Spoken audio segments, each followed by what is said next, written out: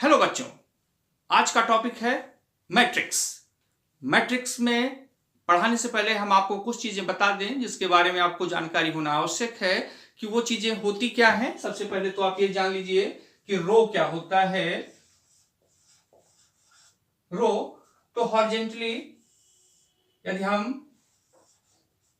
Suppose that इसको लिखें किसी एलिमेंट को या इस पर कुछ इस तरीके से, तो ये क्या कहलाता है, हॉरिजॉन्टल जो लाइन होती है वो क्या कहलाती है, रो को रिप्रेजेंट करती है। और जो वर्टिकल लाइन इस तरीके से वो क्या कहलाती है, कॉलम कहलाती है।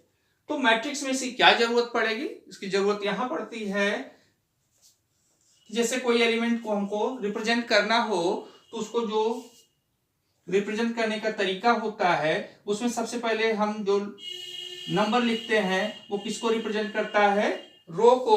और सेकंड जो लेटर होता है, सेकंड जो नंबर होता है वो किसको रिप्रेजेंट करता है, कॉलम को। तो एलिमेंट को लिखने का एक अपना तरीका है, एक पैटर्न है जिसमें फर्स्ट क्या है, रो है, सेकंड क्या है, कॉलम है। मैट्रिक्स, मैट्रिक्स क्या है, एक अरेंजमेंट है जो किसी गिवन नंबर को रो और कॉलम में क्या करता है, उसको डिवाइड करता है। सपोज दैट मान लीजिए कि हमको गिवन नंबर है mn, तो मैट्रिक्स क्या होगा, मैट्रिक्स को रिप्रेजेंट करने के लिए हम इस ब्लॉक का या इस तरीके से इनका क्या करते हैं, इनका यूज करते हैं।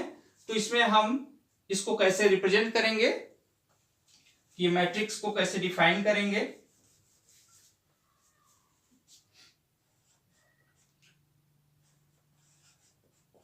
इनके एलिमेंट्स को कितना है, m रो है और n कॉलम है। तो कहां तक गया, फर्स्ट रो कहां तक, nth एलिमेंट तक, पहले रो, सेकंड रो में फर्स्ट कॉलम, कहां तक आना है आपको, कितने रो हैं आपके m, first a m n। तो मैट्रिक्स क्या है, एक गिवन नंबर को m रो और n कॉलम में रिप्रेजेंट करने का एक क्या है, एक पैटर्न है, उसको हम क्या बोलते हैं, मैट्रिक्स। मैट्रिक्स का ऑर्डर क्या होगा, आप देख रहे होंगे कि टोटल नंबर ऑफ जो गिवन नंबर होता है यदि उसको मल्टीप्लाई कर दिया जाए तो इसका जो ऑर्डर, पहले रो को लिखते हैं, उसका मल्टीप्लीकेशन या m क्रॉस n। मैट्रिक्स में गिवन नंबर mn है, इसमें क्या करेंगे, गिवन रो और गिवन कॉलम को आपस में हम क्या करते हैं, मल्टीप्लाई कर देते हैं, तो हमको जो नंबर है, टोटल नंबर हमको मिल जाता है। तो इसका जो ऑर्डर होगा वो होगा m क्रॉस n। तो मैट्रिक्स क्या है, मैट्रिक्स एक गिवन नंबर को m रोज और n कॉलम, गिवन नंबर मान लीजिए mn है तो उसको m रोज और n कॉलम में जो लिखने का, जो रिप्रेजेंट करने का एक पैटर्न है, उसको हम क्या बोलते हैं, मैट्रिक्स। मैट्रिक्स को ज्यादातर अल्फाबेट्स के कैपिटल लेटर्स में, suppose like that a b c d etcetera, इस तरीके से हम इसको क्या करते हैं, रिप्रेजेंट करते हैं। ये जो a1 a11 a12 ये सब क्या है, ये मैट्रिक्स के क्या कहलाते हैं, एलिमेंट कहलाते हैं। तो ये तो आपके समझ में आ गया होगा कि आखिर मैट्रिक्स क्या होता है। अब हम आपको बताने जा रहे हैं कि मैट्रिक्स कितने प्रकार का होता है। अब हम आपको बताएंगे कि टाइप्स ऑफ मैट्रिक्स क्या होता है, मैट्रिक्स कितने प्रकार के होते हैं, उसमें क्या डिफरेंस होता है। तो types of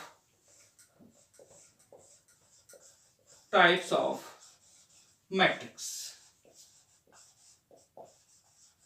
types of matrix.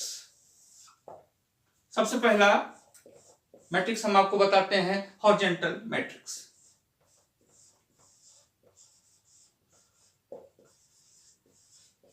Horizontal matrix,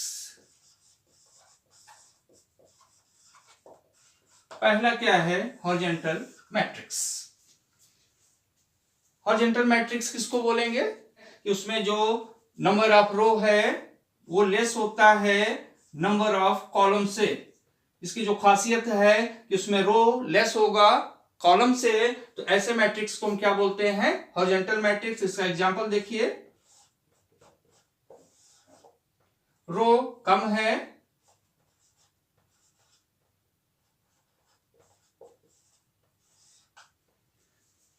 इसमें रो कितने हैं? 1 और 2, कॉलम 1 2 3, तो ये कैसा मैट्रिक्स हो गया आपका? Horizontal matrix. सेकंड, नेक्स्ट है vertical matrix.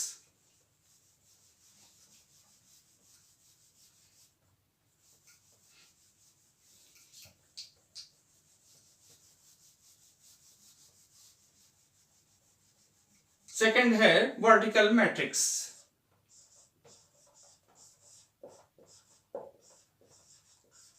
Vertical matrix, vertical matrix में क्या होगा? ऐसा मैट्रिक्स, इसकी डेफिनेशन क्या होगी? इसको कैसे हम रिप्रेजेंट करेंगे? वर्टिकल मैट्रिक्स में नंबर ऑफ रो क्या होंगे? ग्रेटर होगा किससे? नंबर ऑफ कॉलम से। इसका एग्जांपल क्या होगा?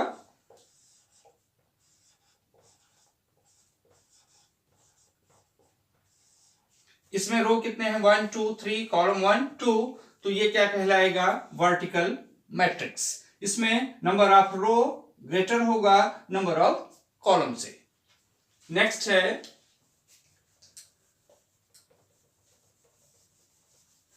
नंबर तीसरा है आपका स्क्वायर मैट्रिक्स।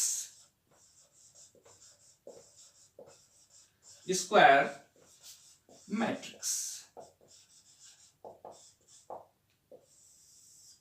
स्क्वायर मैट्रिक्स का मतलब क्या होता है?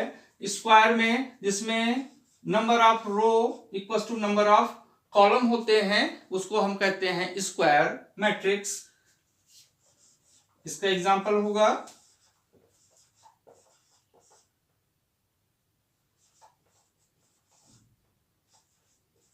कुछ भी ले लीजिए आप, स्मॉल ही लेते हैं। यहां पर जिसमें number of row number of column के बराबर हैं, तो ऐसा मैट्रिक्स क्या होगा? Square matrix. इसकी जो पहचानने का तरीका है कि इसमें number of row equal to number of column होंगे। इसका यदि ऑर्डर लिखना हो तो सबसे पहले रो को लिखते हैं, कितना है? 3 क्रॉस 3। तो ये मैट्रिक्स जो है वो 3 क्रॉस 3 का एक स्क्वायर मैट्रिक्स है। नेक्स्ट,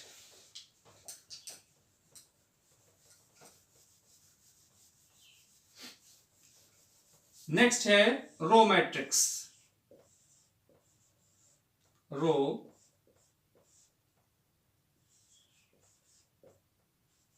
मैट्रिक्स, रो मैट्रिक्स क्या होता है? ऐसा मैट्रिक्स जिसमें केवल और केवल एक रो पाया जाता है, वो क्या कहलाता है? Row matrix. A B C, रो में हम लिख दिया। पहचानने का तरीका, केवल और केवल एक रो होगा। इसका ऑर्डर क्या होगा? कितने रो हैं? 1। कितने कॉलम हैं? 3। तो ये 1 क्रॉस 3 का एक रो मैट्रिक्स है, जिसमें केवल इसकी पहचान का तरीका क्या है? केवल और केवल एक रो पाया जाता है। और नेक्स्ट है कॉलम मैट्रिक्स।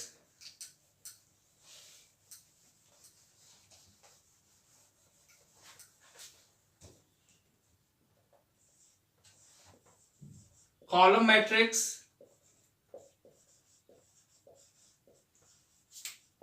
कॉलम मैट्रिक्स में क्या होगा? केवल और केवल एक कॉलम पाया जाता है।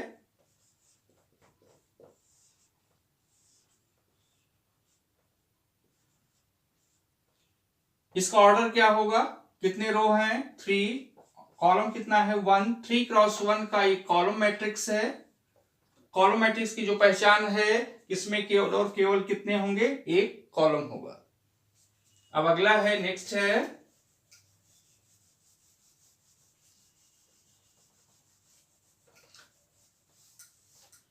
Zero matrix. जीरो मैट्रिक्स को जीरो मैट्रिक्स,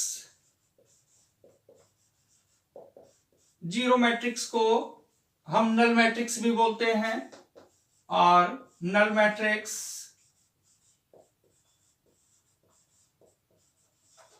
जीरो मैट्रिक्स और नल मैट्रिक्स। जीरो मैट्रिक्स जिसके सारे एलिमेंट क्या हो, जीरो हो, इसको हम रिप्रेजेंट करते हैं ओ लेटर से, सारे एलिमेंट जीरो,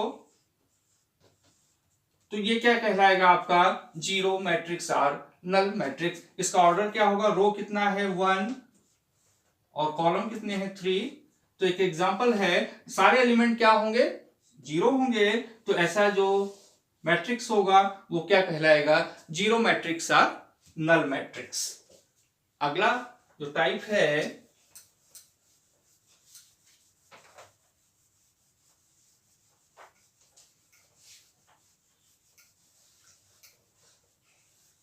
अगले टाइप्स को बताने से पहले हम आपको एक बात से इंट्रोड्यूस करा दें कि आखिर प्रिंसिपल डायगोनल क्या होता है। Principal diagonal, principal diagonal, principal diagonal क्या होता है, principal diagonal, principal diagonal, principal diagonal केवल और केवल स्क्वायर मैट्रिक्स में ही पाया जाता है। पहले हम एक स्क्वायर मैट्रिक्स का एग्जांपल लेते हैं।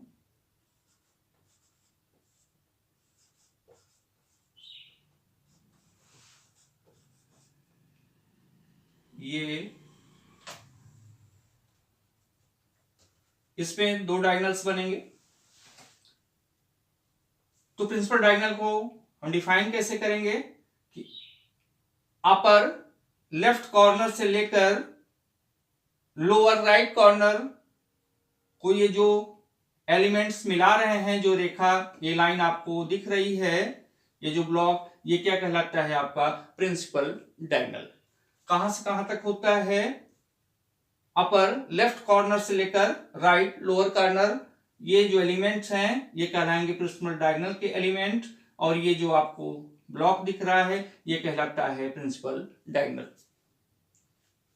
तो आप समझ गए होंगे प्रिंसिपल डायगोनल क्या होता है, ये केवल स्क्वायर मैट्रिक्स में पाया जाता है, और अपर लेफ्ट कॉर्नर से लेकर लोअर राइट कॉर्नर तक ये जो हम आप एक सीध में जो एलिमेंट्स होते हैं वो कहलाते हैं प्रिंसिपल डायगोनल के element.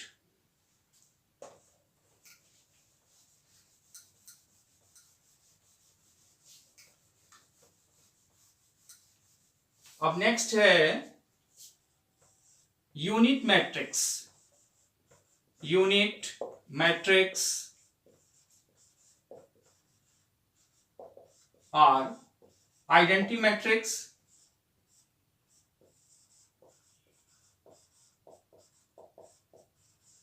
Identity matrix, unit matrix और आइडेंटिटी मैट्रिक्स।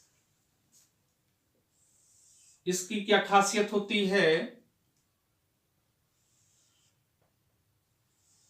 इसको पहचानने का सबसे जो इंपॉर्टेंट तरीका है वो है कि इसका जो प्रिंसिपल डायगोनल होगा उसके जो एलिमेंट होंगे वो केवल और केवल 1 होंगे, उसके रेस्ट में और जो भी हैं एलिमेंट वो क्या होंगे, 0 होंगे। जैसे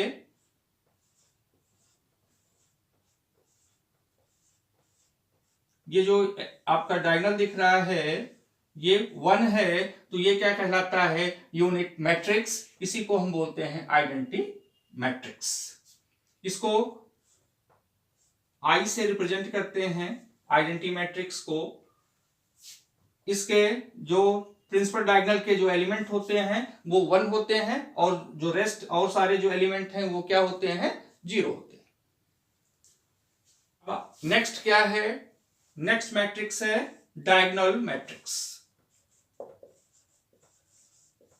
diagonal matrix, diagonal matrix.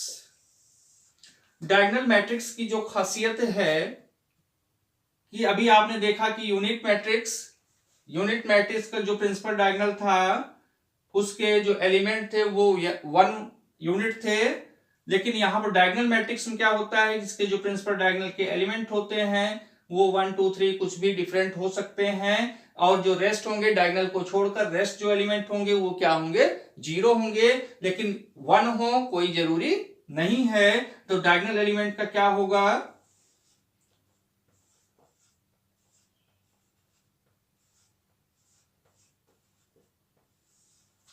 Diagonal element में जो प्रिंसिपल डायगोनल है उसके जो एलिमेंट हैं 1 2 3 कुछ भी डिफरेंट हो सकते हैं, और जो रेस्ट हैं वो सारे एलिमेंट क्या होंगे, जीरो होंगे। आइडेंटिटी मैट्रिक्स और डायगोनल मैट्रिक्स में क्या डिफरेंस है, आइडेंटिटी मैट्रिक्स में क्या था, सारा 1 था, और डायगोनल मैट्रिक्स में क्या है, डिफरेंट है। तो ये हो गया आपका डायगोनल मैट्रिक्स। इसी से मिलता जुलता है आपका नेक्स्ट है, वो उसको बोलते हैं स्केलर मैट्रिक्स। स्केलर मैट्रिक्स में क्या होता है कि ये जो नंबर हैं वो सेम होंगे लेकिन यूनिट हो कोई जरूरी नहीं है। यहां पर नेक्स्ट है आपका स्केलर मैट्रिक्स।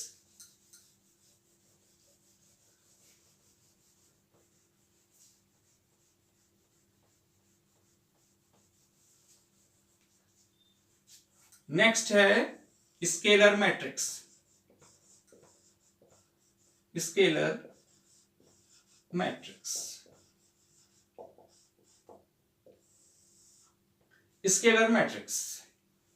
स्केलर मैट्रिक्स में क्या होगा, जो उसके प्रिंसिपल डायगोनल के एलिमेंट हैं वो सेम होंगे लेकिन यूनिट हो ये कोई जरूरी नहीं है। एग्जांपल देखिए,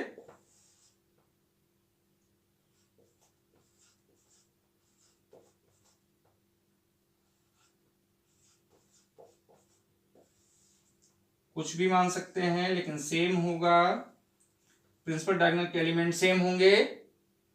इसकी यही खासियत है स्केलर मैट्रिक्स में, प्रिंसिपल डायगोनल के जितने भी एलिमेंट हैं वो क्या होंगे, आपस में सेम होंगे। तो आपने तीन देखा, आपने देखा यूनिट मैट्रिक्स, आइडेंटिटी मैट्रिक्स, और उसमें प्रिंसिपल डायगोनल 1 था। फिर आपने देखा डायगोनल मैट्रिक्स जिसमें ये डिफरेंट थे, और आपने देखा स्केलर मैट्रिक्स, इसमें क्या है, सारे सेम है, यूनिट हो कोई जरूरी नहीं है।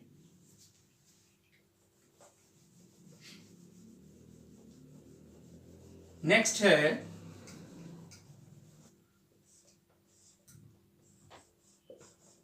Triangular matrix.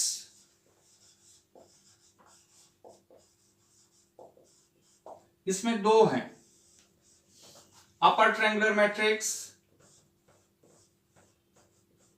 और lower triangular matrix. Upper triangular matrix और lower triangular matrix.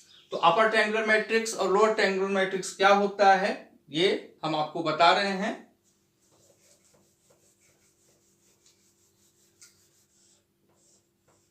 Upper triangular matrix,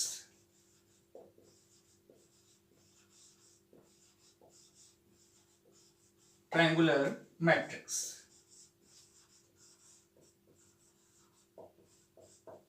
upper triangular matrix ऐसा मैट्रिक्स कैसा होगा, स्क्वायर होगा। प्रिंसिपल डायगोनल के ऊपर जो नंबर होंगे उनको छोड़कर नीचे के जितने भी नंबर होंगे प्रिंसिपल डायगोनल के वो क्या होंगे, नीचे के वो जीरो होंगे। जैसे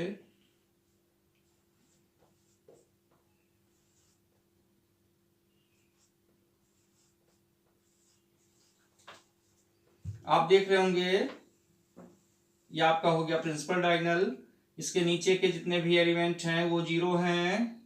इसको अगर इस तरीके से लिया जाए तो ट्रायंगल के शेप में है। ये अपर ट्रायंगुलर, नीचे के जितने भी हैं अपर के नीचे प्रिंसिपल डायगोनल के वो सारे एलिमेंट क्या हैं, जीरो हैं।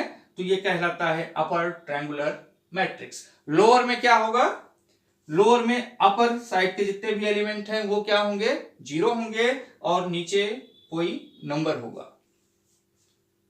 नेक्स्ट है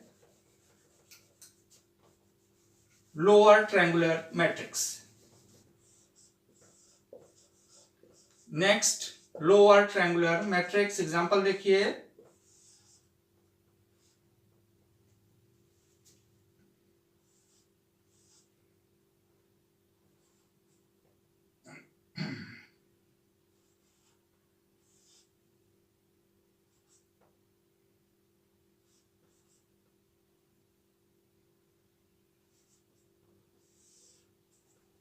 यहां पर प्रिंसिपल डायगोनल आपको दिख रहा होगा, नीचे आपको एलिमेंट दिख रहे हैं, ऊपर सारे एलिमेंट 0 हैं। तो ऐसा मैट्रिक्स जिसमें प्रिंसिपल डायगोनल के ऊपर के सारे एलिमेंट 0 होते हैं वो क्या कहलाता है? Lower triangular matrix. उम्मीद है कि ये टाइप्स ऑफ मैट्रिक्स आपको समझ में आ गया होगा। यदि ये कॉन्सेप्ट आपको अच्छा लगा हो तो आप इसे ज़्यादा से ज़्यादा लाइक करें और अपने दोस्तों के साथ इसको शेयर करें। और यदि आप चैनल पर नए हैं तो इसको सब्सक्राइब करना ना भूलें, जिससे हम और भी रोचक इसके कॉन्सेप्ट आपके सामने ला सकें। धन्यवाद।